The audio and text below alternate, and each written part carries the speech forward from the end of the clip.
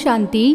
आज आहे 24 मे 2026ची अव्यक्त बापदादांची अव्यक्त मुरली. रिवाइज डेट आहे 28 फेब्रुवारी 2010. शीर्षक आहे देहभानाच्या मीपणाची होळी पेटवून परमात्म संघाच्या रंगाची होळी साजरी करा. आज होलिएस्ट बाबा अर्थात परम पवित्र बाबा आपल्या होली अर्थात पवित्र मुलांसोबत होळी साजरी करण्यासाठी आले आहेत. चोहोबाजूंची मुले दूर दूरहून स्नेहाने हृदयामध्ये एकरूप होत आहेत. बापदादा चोहोबाजूंच्या मुलांच्या मस्तकावर भाग्याचा तारा चमकताना पाहत आहेत. इतके मोठे भाग्य संपूर्ण कल्पामध्ये इतर कोणाचेही नसते. या संगम युगातील प्राप्तीच्या आधारावर तुम्ही मुलेच इतके श्रेष्ठ पवित्र बनता, जे भविष्यामध्ये तुम्ही डबल पवित्र बनता. आत्मा देखील पवित्र आणि शरीर सुद्धा पवित्र. संपूर्ण कल्पामध्ये फेरी मारून बघा, कोणी धर्मात्मा सुद्धा डबल पवित्र बनलेला नाही. तुम्ही मुले डबल पवित्र देखील बनता आणि डबल पवित्रतेची निशाणी डबल ताजधारी बनता. आज सर्वजण होळी साजरी करतात, परंतु तुम्ही यावेळी जे डबल होली अर्थात पवित्र बनता त्याची यादगार अर्थात आठवण म्हणून उत्सवाच्या रूपामध्ये होळी साजरी करतात. तुमच्याच प्रत्येक पावलापावलाचे जीवनाचे महत्त्व उत्सवाच्या रूपामध्ये साजरे करतात.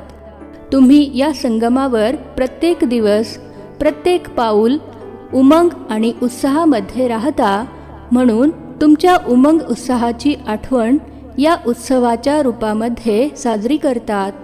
कशामुळे उमंग उत्साह राहतो? कारण तुम्ही परमात्मा संगतीच्या रंगाची होळी साजरी करता, म्हणून तुमचे प्रत्येक पाऊल उत्सवाच्या रूपामध्ये साजरे करतात. आता होळीमध्ये अगोदर जाळतात आणि मग साजरी करतात. तुम्ही देखील संगमावर आता आपल्या जुन्या संस्कार स्वभावाला योग अग्नीमध्ये जाळून टाकता. कारण आपल्या जुन्या संस्कारांना जाळल्याशिवाय परमात्म संगतीचा रंग लागू शकत नाही, परमात्म मिलन होऊ शकत नाही. तर तुम्ही योग अग्नीमध्ये संस्कारांना जाळले आणि मग परमात्म संगतीच्या रंगामध्ये रंगलात. तर आजकाल जाळतात देखील आणि रंगसुद्धा लावतात, परंतु तुमच्या आध्यात्मिक रूपाला स्थूल रूप दिले आहे. ते स्थूल अग्नी पेटवतात, स्थूल रंग लावतात, कारण आता बॉडी कॉन्शियस वृत्ती आहे अर्थात देहभानवाली वृत्ती आहे. तुम्ही होली अर्थात पवित्र बनता, ते होळी साजरी करतात. संपूर्ण कल्पामध्ये कोणीही आध्यात्मिक होळी साजरी करून डबल होली अर्थात डबल पवित्र बनलेले नाहीत.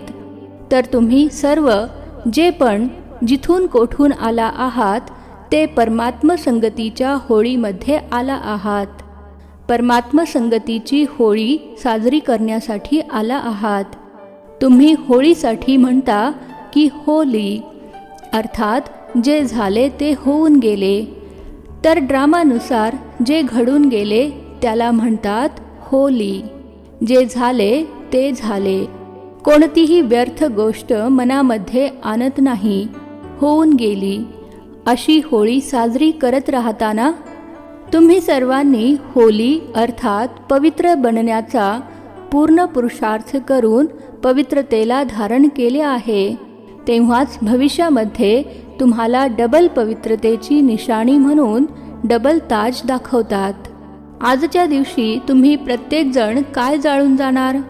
बापदादांनी पाहिले की जन्मदिनाच्या दिवशी बाबांनी जो होमवर्क दिला होता की क्रोधाला जन्मदिनानिमित्त जन्मदिवसाची गिफ्ट म्हणून देऊन टाका, तर त्याचा रिझल्ट बापदादांकडे काही मुलांचा आज पोहोचला आहे.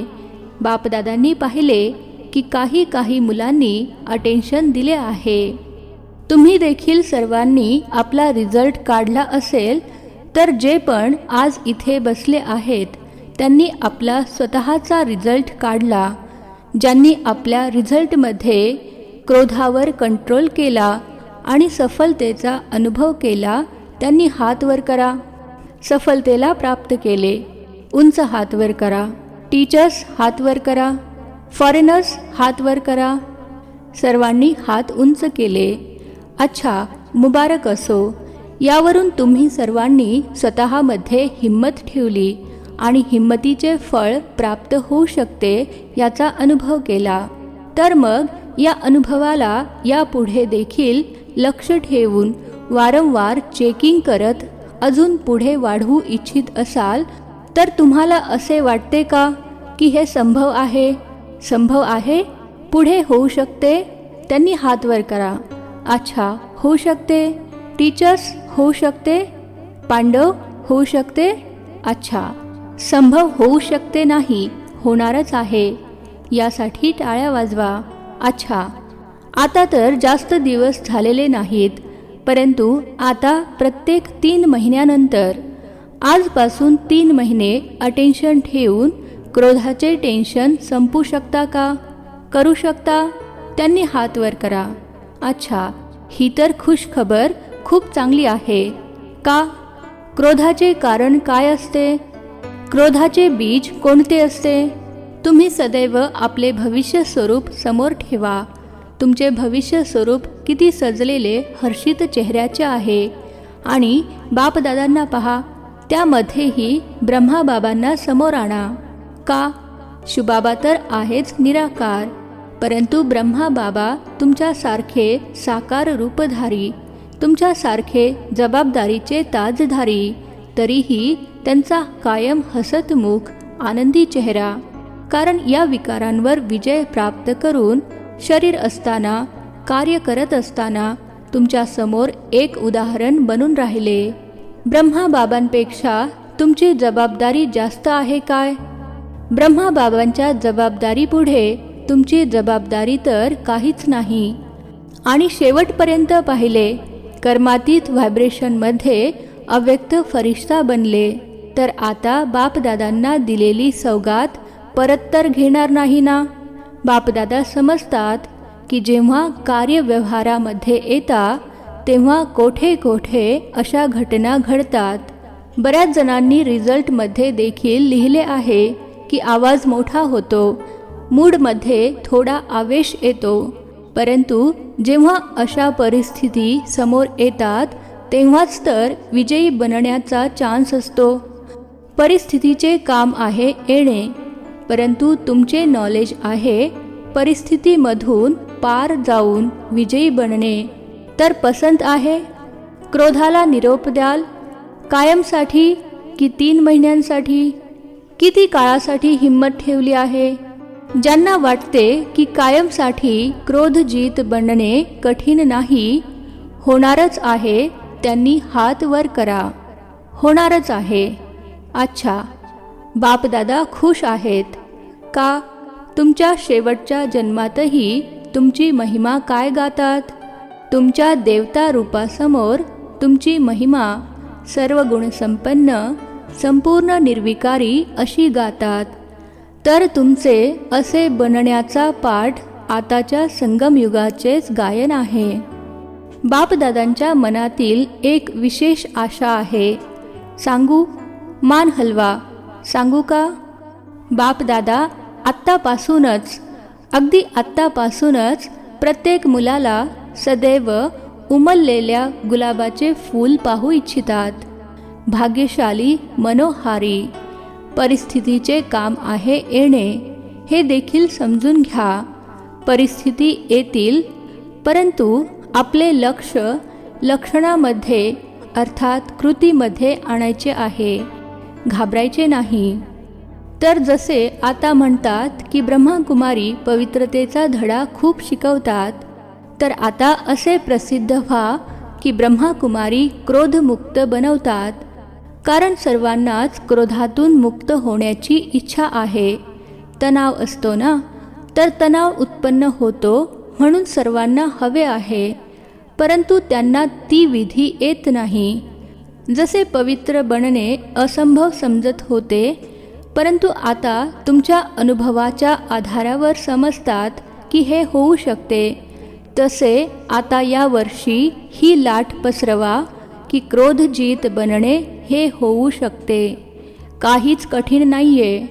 अशी अनुभवी उदाहरणे प्रत्यक्षात स्टेजवर आणा.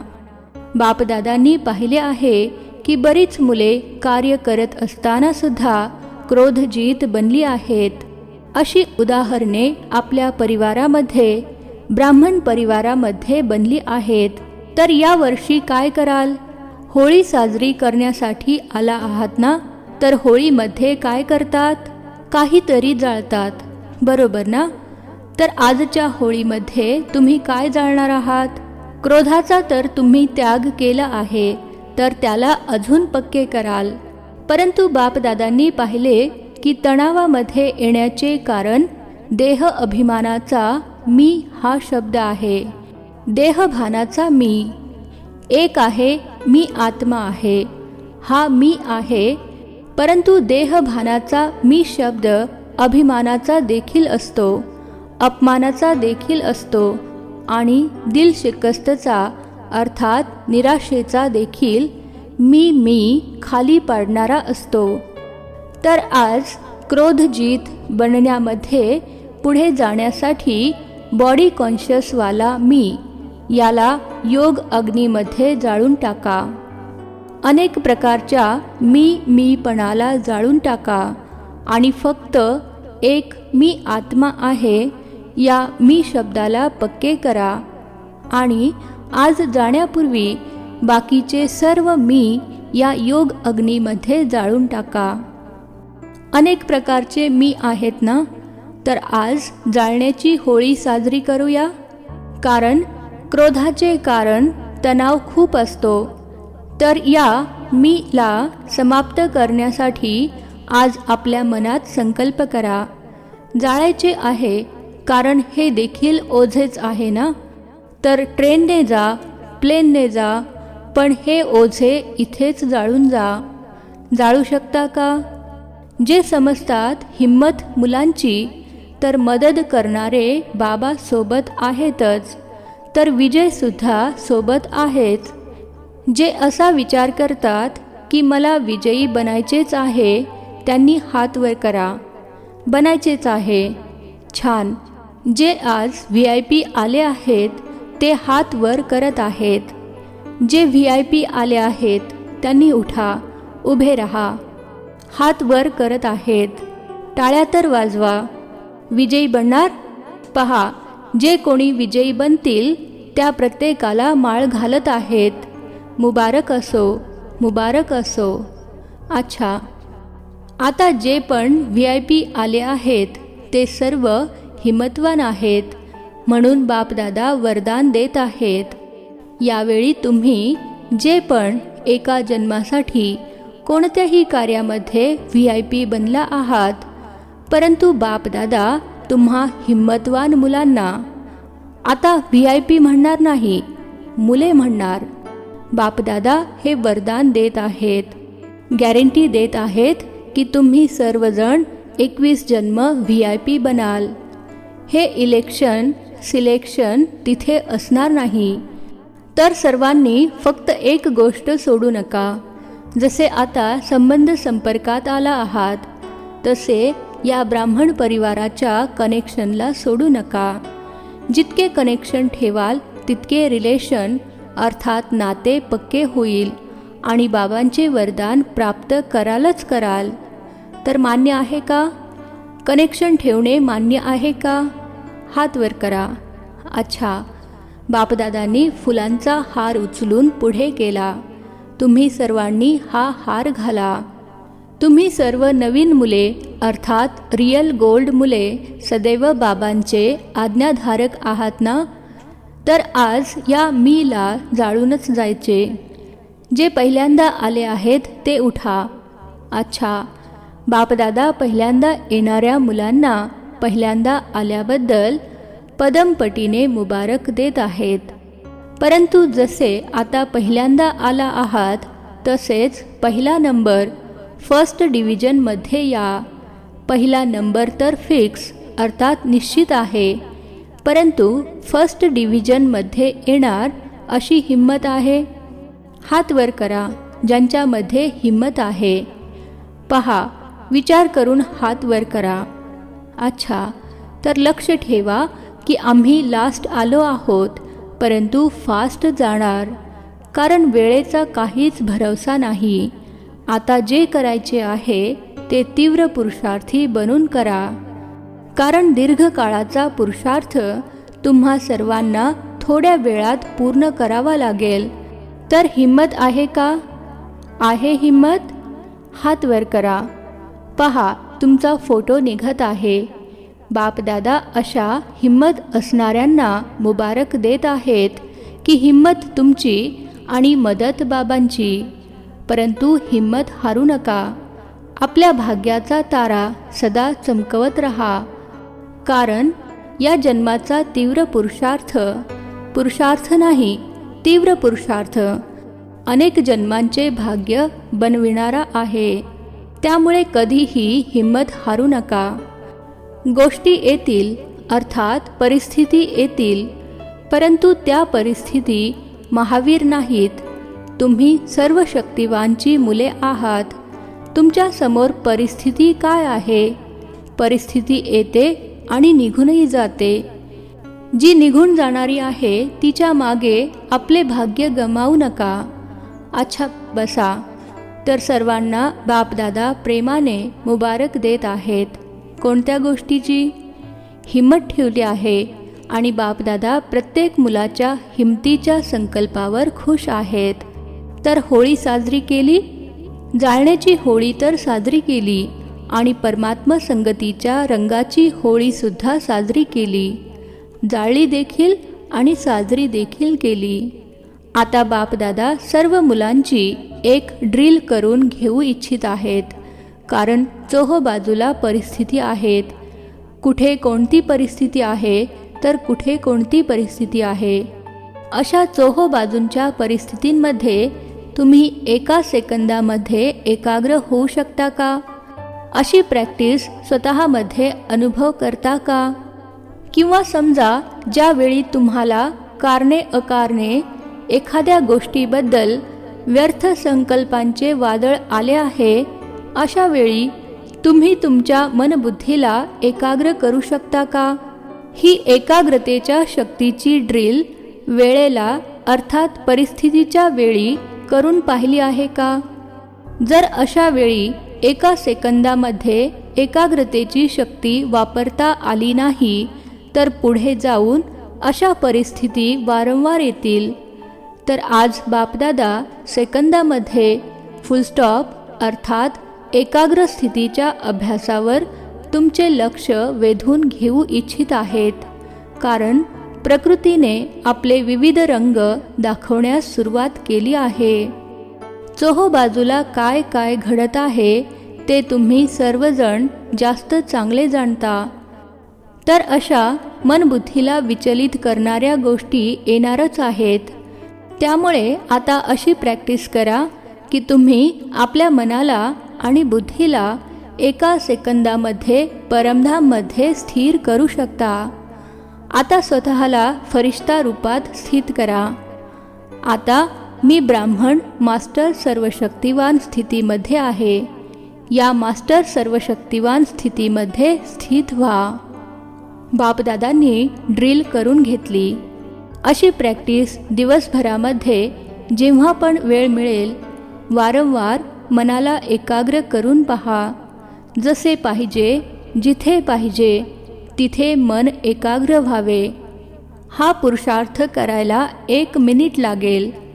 एका सेकंदात फुल स्टॉप. कारण असा हादरवून टाकणारा काळ आता तयारी करत आहे. त्यामुळे माइंड कंट्रोल. मन माझे आहे, मी मन नाही. माझे मन आहे, तर माझेपणावर माझा कंट्रोल आहे का? ही ड्रिल अत्यंत आवश्यक आहे. सगळे जे पण आले आहेत बापदादांना प्रत्येक बच्चा प्रिय आहे का? कसाही आहे, परंतु बापदादा प्रत्येक मुलाला कोटींमध्ये कोणी आत्मा म्हणून पाहतात. भले पुरुषार्थामध्ये कमजोर आहे, परंतु बाबांचा लाडका बनला आहे. हृदयापासून म्हणतात माझे बाबा, म्हणून बाबांचे देखील अतिशय लाडके आहेत. बापदादा फक्त एक गोष्ट पुन्हा आठवण करून देत आहेत की आपला चेहरा सदा खुशनुमा अर्थात प्रफुल्लित आनंदाने चमकत राहावा. गोष्टी निघून जातील परंतु आनंद जाऊ नये. संगमयुगातील आनंद परमात्म गिफ्ट आहे. तर होली अर्थात अशा काही गोष्टी आल्या तर याची आठवण करा की आपण होळी साजरी करून आलो आहोत. जे झाले ते होली अर्थात होऊन गेले. आनंद जाता कामा नये. आनंद ही परमात्म सौगात आहे, परमात्म खजिना आहे. बापदादा नेहमी म्हणतात, हे स्लोगन नेहमी लक्षात ठेवा. आनंदी राहायचे आहे आणि आनंद वाटायचा आहे. जितका वाटाल तितका वाढेल आणि चालता फिरता प्रफुल्लित चेहरा आपोआप सेवा करत राहील. जो कोणी बघेल तो हाच विचार करेल, यांना काय मिळाले आहे. तर आज होळीची दिलखुश मिठाई आहे आनंद. सर्वांनी खाल्ली, नेहमी खात राहा, यामुळे कोणताही आजार होणार नाही. अच्छा, बापदादा पुन्हा इशारा देत आहेत की स्वपुरुषार्थाने स्वउन्नती आणि सेवेची उन्नती दोन्हीकडे अटेन्शन देत राहा. पुढे जात राहा आणि सदैव उडवत राहा. अच्छा, चोहो बाजूंच्या बापदादांच्या स्नेहामध्ये सामावलेले, आठवण आणि सेवेमध्ये प्रगती करत पुढे जाणारे आणि घेऊन जाणारे, अमृतवेला सर्वात चांगली पॉवरफुल बनविणारे आणि मनसा सेवेद्वारे रहमदिल, दयाळू, कृपाळू बनून आत्म्यांना काही न काही ओंजळ देणारे, आपल्या या विधीला पुढे वाढवत राहा. बापदादा पाहतात की प्रत्येक बच्चा उमंग उत्साहामध्ये असतो, परंतु आता ॲडिशन काय कराल? सदा शब्दाचे ॲडिशन करा. कधी कधी शब्द डिक्शनरीमधून काढून टाका. तर चोहो बाजूंच्या मुलांनी होळी साजरी देखील केली, जाळलीसुद्धा आणि संगतीचा रंगही लावला. बीती सो बीती अर्थात जे झाले ते झाले, याची होळीसुद्धा साजरी केली. म्हणून बापदादा चोहो बाजूंच्या मुलांना सन्मुख हृदयामध्ये पाहत आहेत. बापदादांची पदम पदम पटीने प्रेमपूर्वक आठवण आणि नमस्ते. आम्हा आत्मिक मुलांचा आत्मिक पित्याला नमस्ते. वरदान आहे, सदैव आदेश पालनाचा तिलक धारण करून फर्स्ट प्राइज घेणारे फरमानबरदार भव. सदैव आदेश पालनाचा तिलक धारण करून फर्स्ट प्राइज घेणारे फरमानबरदार भव. विश्लेषण आहे, ज्या मुलांच्या मस्तकावर फरमानबरदारच्या अर्थात आज्ञाधारकतेच्या स्मृतीचा तिलक लागलेला आहे, एक संकल्प देखील आदेशाशिवाय करत नाहीत, त्यांना फर्स्ट प्राइज प्राप्त होते. जसे सीतेला रेषेच्या आत बसण्याचा आदेश होता, तसे प्रत्येक पाऊल उचलताना, प्रत्येक संकल्प करताना बाबांच्या आदेशाच्या रेषेच्या आत राहा, म्हणजे नेहमी सेफ राहाल. कोणत्याही प्रकारचे रावणाचे संस्कार वार करणार नाहीत आणि वेळही व्यर्थ जाणार नाही. स्लोगन आहे, कोणाही विषयी जर आकर्षण असेल तर ते आकर्षण पुरुषार्थामध्ये अवश्य निष्काळजी बनवेल. कोणाही विषयी जर आकर्षण असेल तर ते आकर्षण पुरुषार्थामध्ये अवश्य निष्काळजी बनवेल. हे अव्यक्त इशारे सदैव अचल अडोल एकरस स्थितीचा अनुभव करा. नेहमी एकाच्याच आठवणीत राहून एकरस अवस्था बनवा, तर वन आणि मध्ये याल. बाहेर राहूनही हाच धडा पक्का करा, सी फादर फॉलो फादर. तर कधीही कोणत्याही परिस्थितीमध्ये डगमगणार नाही. ब्रह्माबाबांसमोर कितीही गोष्टी आल्या, परंतु त्यांनी गोष्टींकडे न पाहता एका बाबांनाच पाहिले, त्यामुळे नंबर 1 बनले. तर फॉलो फादर. अच्छा. ओम शांती. नवनवीन मराठी व्हिडिओज प्राप्त करण्यासाठी सबस्क्राईब करा मराठी गॉडलीवूड चॅनलला.